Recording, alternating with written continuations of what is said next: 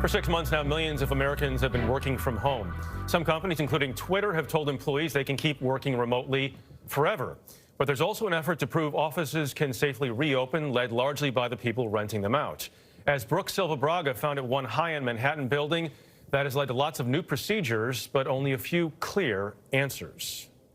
Okay, 10 Grand Central. Welcome. Good to be here. Even if Mark's Realty CEO Craig Deitelsweig is your host, a visit to 10 Grand Central starts with a temperature check. You're good, not simple. Entry to the building is now controlled by an app. I don't have to touch anything, is the idea. So through your app right now. It's already beeping, I hear it. Yeah, that's how you get onto there. What does it look like to marry the latest recommendations for indoor spaces with a glossy brand of office real estate? We wanted to put up some plexiglass to just allow for some separation. As Deitelsweig showed us what he'd come up with, we'd noticed that the changes mostly fall into two buckets. The first focusing on the air, starting with the ventilation system.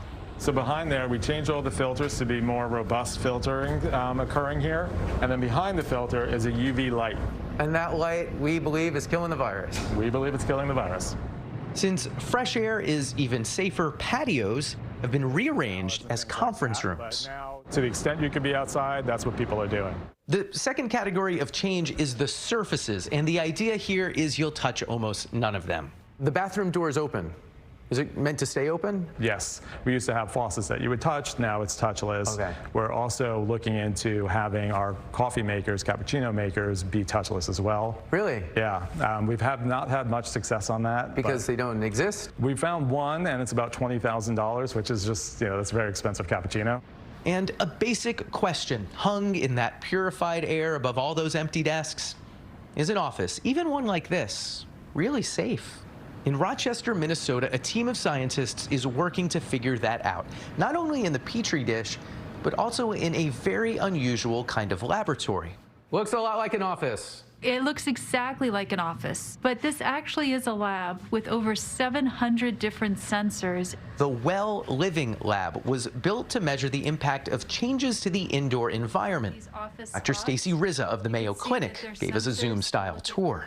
We can control different parts of the ventilation system and monitor air quality with people in the office. And in the time of coronavirus, like Deitelsweig, they're focused on surfaces and air. This is called a BLAM nebulizer. Dr. Chris Hogan, an aerosol scientist from the University of Minnesota, will track how changes to the office layout and ventilation change how droplets travel. These droplets are now dispersing throughout the room. Hogan says we already know sitting near the fresh air of a ventilation duct might help, but more important is learning two things about your office: how often all the air is recycled, something called the air change rate, it should be about 7 times an hour, and the efficiency of the air filters measured by their MERV rating, hopefully a 14 or higher. Should we have all our windows open?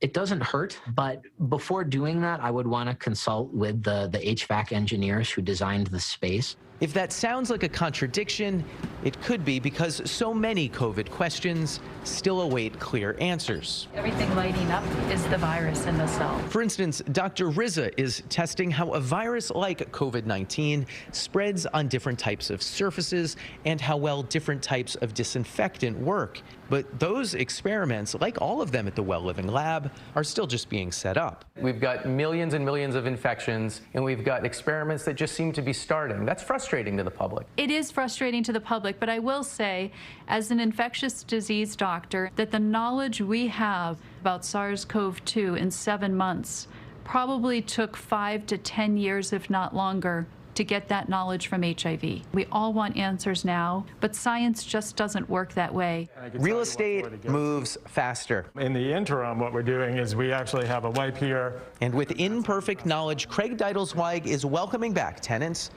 but admits there may never be as many occupied desks as there once were. What we're finding now is that people want more elbow rooms. In this new space he's building out, about half the workers will have their own enclosed office. Before, it would have been nearly all cubicles. You were going to fit 30 in here. Now I can only fit 15. Is the rent the same? The rent's the same. People are just using the space differently. But will they use it? Well, about 20% of workers came to 10 Grand Central this week.